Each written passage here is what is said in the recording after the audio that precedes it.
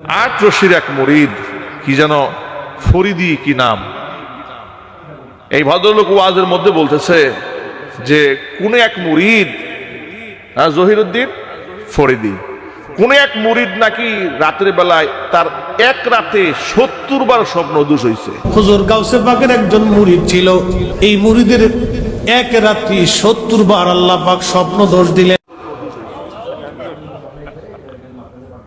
কথা কি বুঝতে পেরেছেন আপনারা? একটু বুঝার চেষ্টা করবে, এরা মানুষকে কি শেখায় আর কি বলে। আর মানুষ এগুলো শুনে শুনে সুবহানাল্লাহ বলে, বুঝেও বলে না সুবহানাল্লাহ, নাকি না বুঝেই বলে আল্লাহ ভালো জানে। সে বলতেছে গল্প, গল্প কাকে বলে আর কত ডেট এক্সপায়ার কি খাইলে যে এগুলা বলা যায়। বলতেছে যে 70 বার নাকি মুরিদের স্বপ্ন দোষ হয়েছে এক রাতে।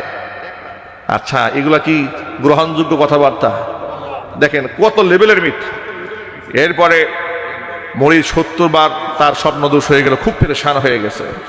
সকালবেলা সে নাকি আপনার মহিউদ্দিন আব্দুল কাদের জিলানী রহমাতুল্লাহি আলাইহি, উনি গল্পে বয়ানে বলতেছে যে মহিউদ্দিন আব্দুল কাদের জিলানী রহমাতুল্লাহি আলাইহির কাছে গিয়া মুরিদ নাকি বলছে, হুজুর সর্বনাশ তো হয়ে গেছে। হুজুর বলতেছে, তোর যে কি সর্বনাশ হয়ে গেছে আমি জানি। কি মজার ব্যাপার না এটা? কি গল্প দেখছেন? তোদের কি সর্বনাশ হয়ে গেছে আমাদের জানি। হুজুর গত রাত্রে তো এই হয়ে গেছে। হুজুর সব আমি জানি, গত রাত্রে তোর সাথে কি হয়েছে আমি সব জানি। তোর 70 বার স্বপ্ন দোষ হয়েছে। ইন্নালিল্লাহি, হুজুর আপনি কেমনে বুঝলেন? আমি সব জানি তোর সাথে কি হয়েছে, তোর 70 বার স্বপ্ন দোষ হয়েছে। হুজুর আমি তো শেষ, এতবার আমার স্বপ্ন দোষ হয়েছে। হুজুর এই স্বপ্নের ব্যাখ্যা কি?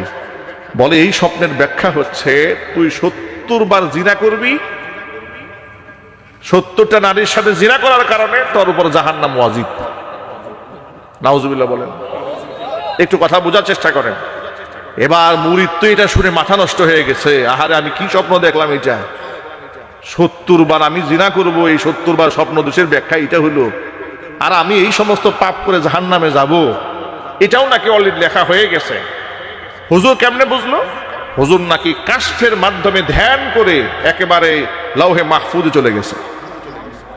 লাউহে মাহফুজে গিয়া সেখানে কি নিজের তাকদীর ভালো মন্দ সব লেখা আছে। উনি নাকি সেই খাতা পৃষ্ঠা উল্টায় দেখে এই মুরিদের জন্য তো জাহান্নাম ওয়াজিব। এখন মুরিদ বড় পেরেশান, হুজুর আমার কি উপায় হবে?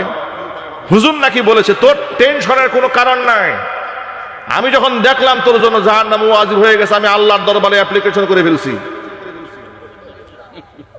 অবজেকশন জানিয়ে দিয়েছি, আল্লাহ তুমি এই মুরিদকে জাহান্নামে নিও না। আল্লাহ পাক আমার দোয়া মঞ্জুর করে তোর জন্য জান্নাতের ফয়সালা করে দিয়েছে।